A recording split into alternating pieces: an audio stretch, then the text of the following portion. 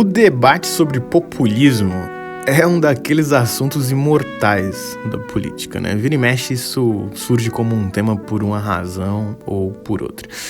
E eu parei para pensar que só muito recentemente eu fui atrás de saber o que esse termo realmente significa, né? E que por muito tempo eu ouvi e usei esse termo imaginando que ele se tratava de outra coisa. Eu lembro de uma charge que eu vi há um tempo atrás, eu não vou lembrar quem era o artista, infelizmente, mas era uma charge que mostrava o Lula dizendo que acabou com a fome e logo depois um grupo de pessoas gritando que ele era populista. E aí, por um tempo, eu achava que populismo era apoiar medidas que fossem populares. E aí me gerava uma certa confusão e estranhamento que isso fosse usado de um jeito pejorativo. E eu lembro também de uma aula na faculdade que o professor comentou que populista é sempre o outro. E realmente, né? Vamos trazer alguns exemplos aqui. Em 2022, o Rodrigo Maia, que naquela altura era presidente da Câmara dos Deputados, ele disse que o governo federal estava deixando de ser popular. Governo federal que, lembrando, né? 2020, Bolsonaro. Então o governo federal estava deixando de ser popular para ser populista. E isso porque o Bolsonaro tinha acabado de liberar a bancada na Câmara para votar uma PEC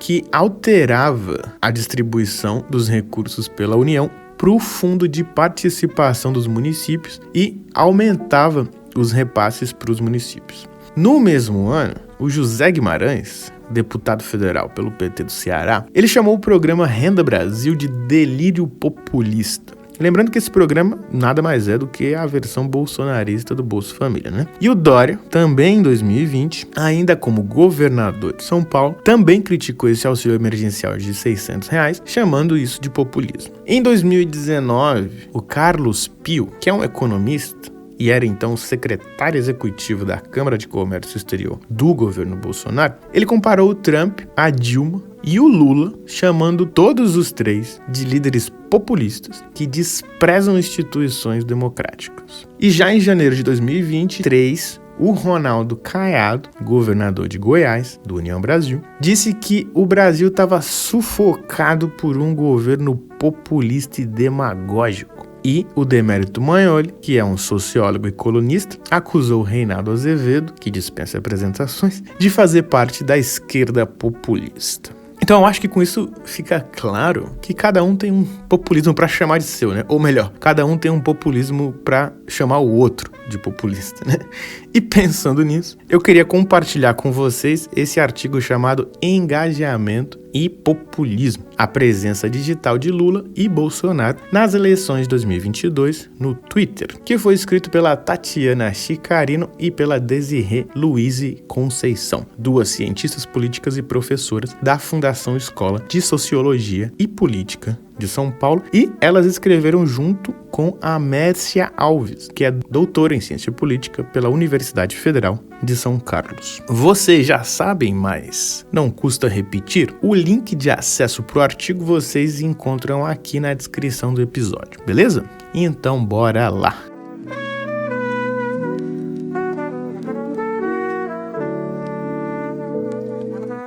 O artigo que a gente usou como base para o episódio de hoje analisou a presença do populismo na comunicação digital dos dois candidatos que disputaram o segundo turno das eleições presidenciais brasileiras de 2022, né? O Lula e o Bolsonaro.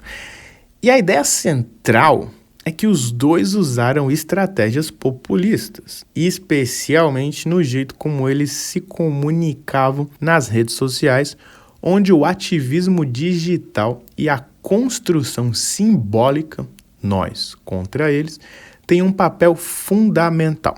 A pesquisa se baseia nas 100 mensagens mais retuitadas de cada candidato no Twitter durante o segundo turno da campanha e busca identificar quais estratégias discursivas foram mais usadas e como elas se organizaram em cadeias de equivalência, ou seja, como temas e demandas diferentes se ligam entre si para formar uma identidade política. Mas antes, vamos parar para pensar um pouco no próprio termo populismo e como ele se relaciona com a comunicação eleitoral e digital.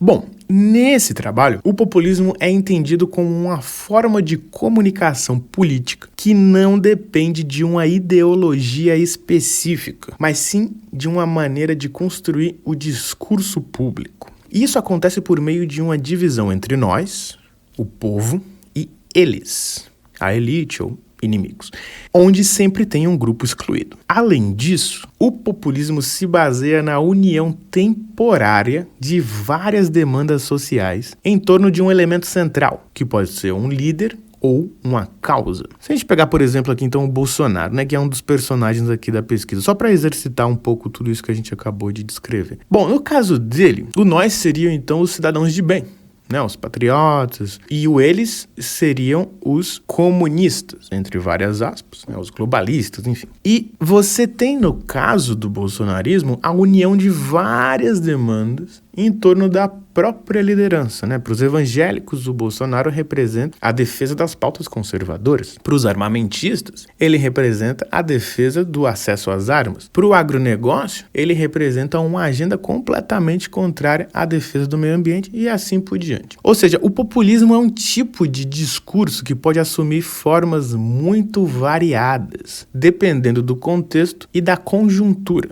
Então ele pode ser mais ou menos radical, mais ou menos autoritário ou emancipatório, ou mais institucional ou ainda irreverente. E no ambiente das redes digitais, essas características ficam mais intensificadas. As plataformas digitais permitem que as vozes tradicionalmente excluídas sejam ouvidas. Mas, por outro lado, elas também podem criar bolhas de informação que dificultam o debate público e favorecem as lideranças personalistas, As famosas câmaras de eco, onde você simplesmente fica ali ouvindo a mesma coisa do seu mesmo grupo e não consegue ter contato com um mundo que é externo a isso, E eu não estou falando aqui só do caso do bolsonarismo, Tanto no lado da esquerda quanto no lado da direita. Então, para resumir, as redes sociais são ao mesmo tempo um espaço de ampliação de participação e de reforço de estratégias autoritárias. Então, sendo assim, o populismo na era digital pode ser entendido como um aparato midiático, uma ferramenta, um instrumento de comunicação que mistura engajamento emocional e discurso político para formar maiorias e consolidar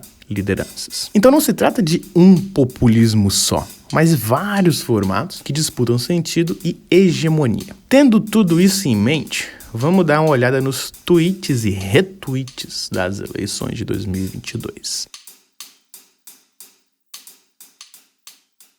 Bom, já faz um tempo que a produção de conteúdo nas redes sociais virou um elemento central das campanhas eleitorais. A campanha de 2022, que foi marcada por um eleitorado super conectado e com acesso a muitos recursos de interação, essa campanha acabou mostrando como os candidatos usam as plataformas para se conectar diretamente com os eleitores. O ativismo digital, a mobilização em tempo real e as campanhas permanentes deixaram de ser um monopólio das equipes profissionais de comunicação e passaram a contar com a participação ativa da militância. No caso do Bolsonaro, 84% dos tweets mais retuitados saíram do perfil oficial dele, enquanto no caso do Lula esse número foi de 55%, ok? Então 84 contra 55. Isso mostra que o Bolsonaro usou mais o próprio perfil para mobilizar esse apoio. A campanha dele teve uma estratégia digital mais centralizada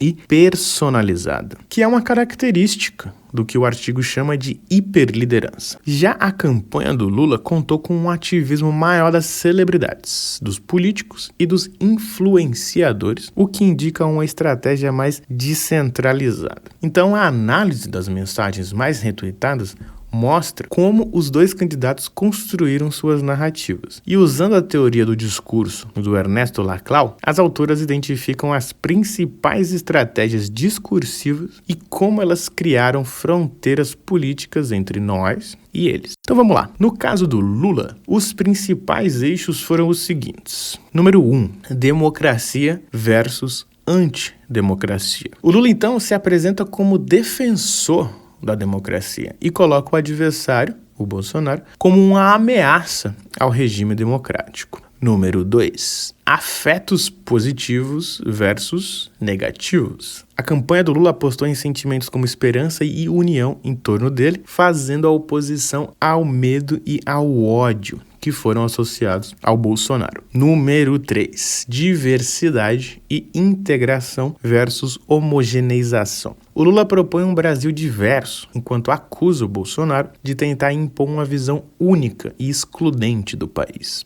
Número 4. Governar para o povo versus governar contra o povo. O Lula se apresenta como um representante das maiorias, em oposição ao Bolsonaro, que seria contra os interesses populares. Já no discurso do Bolsonaro, as fronteiras políticas se organizaram desse jeito aqui. Número 1. Bolsonaro no poder versus ameaça socialista. Então aqui a campanha associa o Bolsonaro no poder ao combate ao socialismo, que é visto como um perigo real para o Brasil e para a América Latina. Número 2, liberdade e prosperidade versus escravidão e miséria. O Bolsonaro se apresenta como um defensor da liberdade, enquanto associa o Lula à miséria e ao autoritarismo. Número 3, povo de bem versus corrupção de valores. Essa ideia de povo de bem, né, que é muito ligada à religião cristã, ela aparece em oposição à degradação moral que é representada pelo PT. E número 4, Bolsonaro pelo povo versus Lula contra o povo. E aqui a construção populista é bastante explícita, né? O Bolsonaro se colocando como o verdadeiro representante do povo. Apesar das diferenças, então, tanto Lula quanto o Bolsonaro tentam criar um povo que não é dado previamente, né? Nenhum deles define muito claramente de que povo é esse que eles estão falando. É um povo construído discursivamente.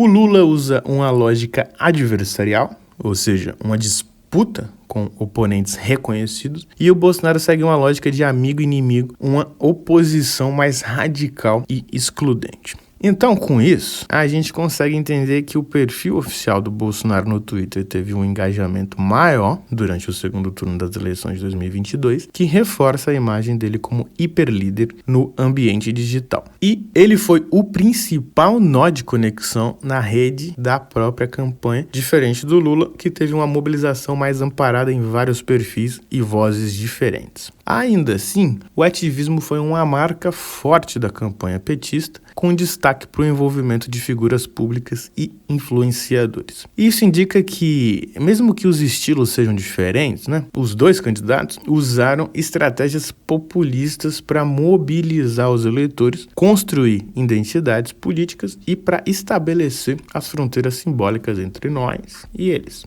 Para resumir, então, o artigo deixa evidente como o populismo digital está presente nas disputas eleitorais brasileiras e como ele opera através das redes sociais, agindo sobre os afetos, apostando em discursos polarizadores. A batalha política, nesse cenário, não é só por votos, mas também por sentidos, símbolos e narrativas. Galera, eu fico por aqui. Muito obrigado por ter ouvido até o final. Agradeço também a Pitox, que fez a capa desse episódio. Confere na descrição aqui o Instagram dele, se quiser conhecer mais sobre esse trabalho. Roteiro, edição, apresentação são feitos por mim. Meu nome é Daniel Cunha e se você gostou desse episódio, eu peço que você compartilhe com alguém que você acha que vai gostar também. Avalie o podcast, segue aí, né, se ainda não seguiu. E é isso, um abraço, até a próxima.